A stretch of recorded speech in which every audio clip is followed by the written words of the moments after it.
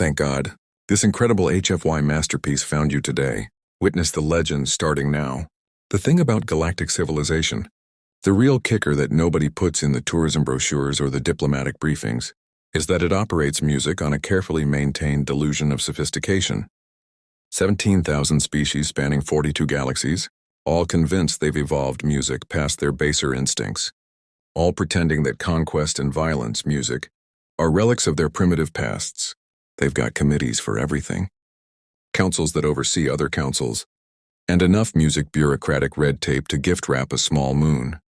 And yet somehow, the bounty hunting industry remains not just legal but thriving. Funny how that works. The Crindax Consortium had been tracking music, Deathworld specimens for 3 generations, which in their chronology, music, meant roughly 70 standard years of accumulated expertise, technological refinement, and what they generously called successful acquisitions. Their business model was elegant in its simplicity. Identify rare organisms from high gravity, high danger worlds, capture them alive when possible, and sell them to the highest bidder, sometimes music to private collectors, sometimes to research facilities, sometimes to people whose intentions were best left unexamined in polite music company. The consortium didn't ask questions, which made them very popular in certain music circles, and absolutely reviled in others. Now Earth had been on the restricted Deathworld list for exactly 43 years, ever since a human delegation music had attended the First Contact Summit, and a minor diplomatic incident had occurred involving what humans called a firm handshake, and what the Valoran ambassador called attempted murder, by crushing force.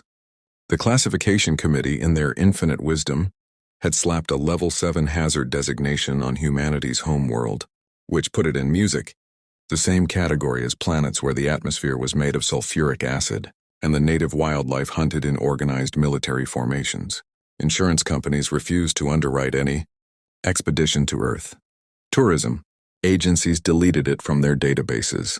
Even the military recruiters, who normally loved Deathworlders for their durability and aggression, approached human candidates with unusual caution. But restrictions, as any economist will tell you, only drive up market music value. A live human specimen could fetch 40 million credits on the black market.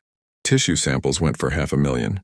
Even hair follicles had value to genetic research labs working on classified military projects. The Crindax Music Consortium had been watching this market with considerable interest, running calculations, assessing risk-to-reward ratios, and generally doing what amoral profit seekers do when they spot an opportunity: wrapped music, in danger and tied with a bow made of terrible ideas. Their mistake, the really spectacular error in judgment that would later be studied: music. In business schools across the galaxy, as an example of catastrophic risk assessment music failure, was assuming that a human away from Earth would be somehow diminished, separated from her natural habitat, less dangerous, more music brow, more vulnerable. It was the kind of logic that seemed sound in a climate-controlled office, but fell apart the moment music it encountered reality. The Celestial Navigation Academy on station, Helios 7 was considered one of the premier educational music institutions in the sector, the kind of place where the children of diplomats, corporate executives, and minor nobility went to learn how to pilot ships through subspace without accidentally creating temporal paradoxes. The station itself was a masterwork of engineering, a rotating habitat wheel large enough to house 50,000 permanent residents with carefully maintained gravity sections that gradually decreased as you moved toward the central hub. The Academy occupied 3 full decks in the mid-gravity zone, which accommodated music, the widest range of species comfortably. Comfortably, of course, being a relative term. The human exchange music student, currently sitting in advanced stellar cartography and absolutely destroying the curve for everyone else, had been at the Academy for 6 months. She'd arrived through a cultural exchange program that someone in the Earth diplomatic corps had pushed through over numerous objections, protests, and at least one anonymous threat. Her presence had required extensive facility modifications, including reinforced furniture, recalibrated gravity plating music in her quarters to simulate Earth standard conditions, and a liability waiver so comprehensive it had its own table of contents. Her classmates, a collection of species from across the civilized galaxy, had spent the first month treating her like an unexploded ordnance that had wandered into their classroom. The Valoran students, with their crystalline exoskeletons and music decidedly fragile constitution, had requested seat reassignments to put maximum distance music between themselves and the human. The Threxian delegation had filed a formal complaint about atmospheric violence after she'd sneezed once. Even Professor Kelmuth, who taught at the academy for 30 years and prided himself music on his unflappable demeanor, had needed 2 weeks to stop flinching every time she raised her hand to ask a question. But time, that great normalizer, had done its work. 6 months music in, she was just another student, slightly odd, unnervingly strong, with a tendency music to find humor in situations that terrified everyone else, but nonetheless just part of the classroom ecosystem. She sat in the back row not because she was trying to hide, but because she'd learned that her classmates concentrated better when they weren't music, watching her breathe and wondering if each exhale was some kind of predatory behavior. She took notes on a datapad like everyone else. She turned in assignments on time. She even participated in study groups, though these sessions required careful orchestration to prevent panic attacks. The particular afternoon music, when everything went sideways, had been unremarkably ordinary. Professor Kelmuth had spent 2 hours music explaining the gravitational cascade effects of twin star systems using holographic projections that filled the center of the classroom with swirling stellar matter. The human had asked 3 questions, all of them intelligent, enough to make the professor reconsider some of his own assumptions. As Etherian student had nearly fallen asleep, their electromagnetic field pulsing with the slow rhythm of encroaching unconsciousness. Someone's datapad had chimed with an incoming music message, earning a disapproving look from the professor. Standard academic theater, the kind of mundane ritual that played out in classrooms across the galaxy every single day. When class ended, the usual exodus began. The Valoran students hurried out first, as they always did, moving in their characteristic music quick-step shuffle. The Threxians followed, floating more than walking all music, their gas-filled bodies drifting toward the corridor. The human, as was her habit, music sound, stayed behind to ask follow-up questions, this time about gravitational shear effects on subspace field stability. Professor Kelmuth, who'd grown to appreciate her genuine curiosity, was mid-explanation music when his datapad chirped with an emergency alert. The hunters had chosen their timing with professional precision. They'd bypassed music, station security by hacking credentials from a maintenance crew, entered through a cargo airlock in the music lower decks, and moved through the station service corridors with practiced efficiency. 4 members in the strike team, each a Krindax warrior in their prime, music equipped with enough firepower to siege a small fortress, and the kind of overconfidence that comes from 36 successful hunts. They'd studied the human schedule, tracked her movements, identified the optimal capture window. Alone, separated from the herd, in a confined space with limited exits, the tactical situation couldn't be better. They breached the classroom door with shaped charges that should have stunned everyone inside. Should have being the operative term. Professor Kelmuth dropped immediately, his nervous system music overwhelmed by the sonic pulse. The human, standing 5 feet away from the blast point, stumbled slightly, shook her head like she'd heard an annoying sound, and turned to face the doorway with an expression that could best be described as irritated confusion. The lead hunter, music, a scarred veteran named Krex, who'd captured everything from Thandorian acid spitters to Gormathi pack alphas, advanced into the room with his restraint cannon raised. He'd expected unconsciousness or at minimum disorientation. What he got instead was a human girl looking at him like he'd interrupted something important. Music, which technically he had, but not in the way that should have mattered. His 3 team members fanned out behind him, covering angles, setting up overlapping fields of fire, executing the practice choreography of experienced predators. Human designation confirmed, Krex announced. Music more for the recording than for his team. The consortium music liked documentation. Made the sales easier. Beginning pacification protocol. The human looked at Professor Kelmuth's unconscious form, then back at the hunters, then down at her datapad where her unfinished notes glowed softly. When she spoke, Her voice carried the kind of dangerous music, calm that should have been a warning sign. "You interrupted my office hours." Krex fired the restraint cannon, a weapon designed to envelop targets' music, in a molecular binding foam that hardened on contact. At this range, against most music species, it was completely reliable. The foam shot across the classroom, expanding as it traveled, ready to encase music the human completely. She moved, not with the desperate panic of prey, but with the efficient economy of someone deeply annoyed, grabbing a desk and swinging it in an arc that caught the foam music mid-flight. The desk, now thoroughly encased, crashed into music, the far wall with enough force to crack the reinforced polymer paneling. That was Academy property, she observed, her tone suggesting this was the real crime being committed. The second hunter, faster than his leader, activated a neural disruptor, a nasty piece of technology that scrambled music, synaptic signals, and dropped most life forms into instant unconsciousness. The beam hit the human music square in the chest. She blinked, looked down at herself, looked back up at the hunter. "Did you just tase music me?"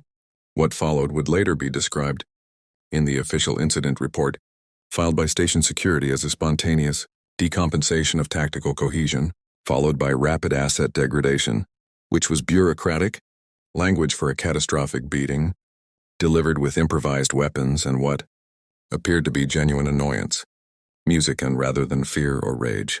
The human grabbed her chair, a standard issue Academy seat designed to support up to 200 music kg in station standard gravity. In her hands it became a club with a 4F reach. She closed the distance to the second hunter before he could recalibrate his disruptor, swinging the chair in an overhead arc that would have looked ridiculous if it hadn't connected with enough force, music, to shatter his helmet and send him sprawling across 3 rows of desks. The Krindak's armor, rated to withstand small arms fire and kinetic impacts, up to 3,000 joules, crumpled like music decorative foil. Krex, to his credit, adapted quickly. He dropped the restraint music cannon and drew his combat blade. 5 FT of molecularly aligned alloy, sharp enough to slice through starship hull plating. He'd trained for close music combat, spent decades mastering blade work, fought opponents' music in zero gravity, high gravity, underwater, in complete darkness. He moved in with textbook form, leading with a thrust aimed at center mass, ready to redirect music based on her response. She caught his wrist, just reached music out and grabbed it, stopping the blade 6 in from her torso. The expression music on her face suggested she was working through a particularly annoying math problem. Krex pulled, pushed, tried to twist free, but her grip was absolute. Human hands, it turned out, were evolution's answer to the question that had to be answered. 1. How do you hold on to things in a gravity music? Well, that wants to kill you constantly? The answer involved bone density, tendon strength, and music grip force that made industrial machinery look inadequate. "You know what the music worst part about this is?" she asked conversationally, still holding his wrist. "I'm going to miss the study group tonight. We were going to cover subspace harmonics." She twisted and Krex's wrist snapped with a sound like breaking pottery. He screamed, which was unprofessional but entirely understandable. She took the blade from his suddenly nerveless fingers and looked at it critically. "This is actually pretty nice. Is this military grade?" The third and fourth hunters opened fire simultaneously. Energy weapons that carved glowing lines through the air. Station regulations strictly prohibited military-grade weapons, but the Krindak's consortium had never been overly concerned with regulations. The beams should have vaporized her. Instead, she moved, dropping below the first volley and using Krex's now limp form as a shield against the second. The energy blast hit his armor and scattered, music losing cohesion, filling the classroom with the smell of ozone and scorched metal. "You're shooting your own guy," she called out, music, her tone suggesting this was a tactical error worth noting. "Is this your first time?" "This feels like it's your first time." She threw Krex at the third hunter, a casual underhanded toss that sent 80 kilo of Krindak's warrior music, sailing through the classroom's reduced gravity like a very unhappy projectile. They collided with a meaty thump, went down in a tangle music of limbs and equipment. The fourth hunter, demonstrating music, the survival instincts that had kept him alive through 20 successful hunts, turned and ran for the door. He made it 3 steps before music, a datapad, hit him in the back of the head. Not her datapad. She'd grabbed someone's abandoned unit from Music, a nearby desk. It struck with enough force to crack his helmet and sent Music, him face first, into the doorframe. He crumpled unconscious before he hit the floor. "Sorry about the data pad," she shouted to the empty classroom, then paused. "Wait, whose was that?" The third hunter, having extracted himself from beneath his leader, made one last desperate play. He activated a stasis music grenade, the kind of weapon that created a localized temporal distortion field, freezing everything within a music. 5 m radius for approximately 30 seconds. It was a last resort weapon, expensive and single use, but perfect for this situation. He triggered it and threw the grenade sailing through the air in a perfect arc. She caught it one-handed, looked at it, then threw it back faster than he could process. The grenade detonated between them, the stasis field expanding, catching him completely, while she'd already stepped outside its radius. He froze mid-motion, locked in temporal suspension, his expression captured in that terrible moment of realization when you've made a catastrophic mistake. The human walked over to Krex, who was attempting to crawl toward his dropped weapon with his one functional arm. She stepped on the restraint cannon. Not hard enough to break Music it, just enough to pin it in place. "So, here's what I don't understand. You guys are professionals, right? You do this for a living. Why would you target someone in a space station? I mean, there's nowhere to go. It's a closed environment. Did you think this through?" Krex said something in Crindax that didn't translate well but carried Music. The universal tone of someone who'd realized too late that they'd made several bad decisions. "Right, okay, you're in pain. That's fair," she acknowledged. She grabbed him by his armor's carry handle and dragged Music, him toward the door where the fourth hunter lay unconscious. "Let me tell you about my Music day. I woke up at 600 because my roommate, who's Valoran by the way, needs absolute silence and total darkness to sleep, and the walls are thin. I had breakfast, which is this protein paste stuff, because the station doesn't stock Earth food. It's supposed to be nutritionally complete. Music, but tastes like sadness mixed with regret. Then I had quantum field theory. Music, which I'm barely passing because the math is in base 14 and my brain still thinks in base 10, then stellar cartography, which is actually interesting. Music and I was finally understanding gravitational shear effects when you guys showed up." She dropped Cracks next to his unconscious Music colleague. The second hunter was groaning, semi-conscious, his shattered helmet leaking atmosphere seals. The third hunter remained frozen in stasis, a statue of regret. "So now I've got to deal with station security, file an incident report, probably talk to the diplomats, and I still have a 15-page paper due on subspace. Navigation hazards near neutron stars. Do you see the problem here?" Station security arrived roughly 8 minutes after the breach, which was actually Music quite prompt by galactic standards, but felt like geological time to everyone involved. They entered the classroom with weapons drawn, Music and ready to confront dangerous intruders, and instead found a human girl sitting on a desk, swinging her legs casually, surrounded by 4 incapacitated hunters in varying states, Music of consciousness and injury. "All good, you're here?" she said, her relief genuine. "Can you guys move them? I need to check on Professor Kelmath." The security chief, a Dracovian Music named Sergeant Thule, who'd served in 2 military campaigns and thought he'd seen everything, stared at the scene with his jaw hanging open. What happened here?" "They tried to kidnap me," she explained, a Music hopping off the desk. "Used some kind of stun device on Music, the professor. He's old, so maybe check him first. And that guy," she pointed at the stasis-frozen Music hunter, "has about 10 more seconds in temporal lock. You should probably restrain him before he unfreezes." The medical team arrived next, followed by the Academy's dean, then a delegation from the diplomatic corps, and finally a very nervous insurance adjuster who kept muttering about liability coverage while examining the damage. First, the classroom looked like a small war had occurred, which wasn't far from the truth. Desks overturned, walls cracked, scorch marks from energy weapons, and one section of floor that had been punched, Music, hard enough to dent the deck plating beneath. Professor Kelmath regained consciousness to find himself in the Academy's medical center, the human sitting in the chair next to his Music bed reviewing her notes. What happened? "Someone tried Music to kidnap me during office hours," she said apologetically. "Sorry about that." Should we reschedule our discussion about gravitational shear? The interrogation lasted 6 hours. The station security, the diplomatic corps, the academy administration, even representatives from the Crindax Consortium's legal team, all wanted statements, music explanations, documentation. The human answered every music questee,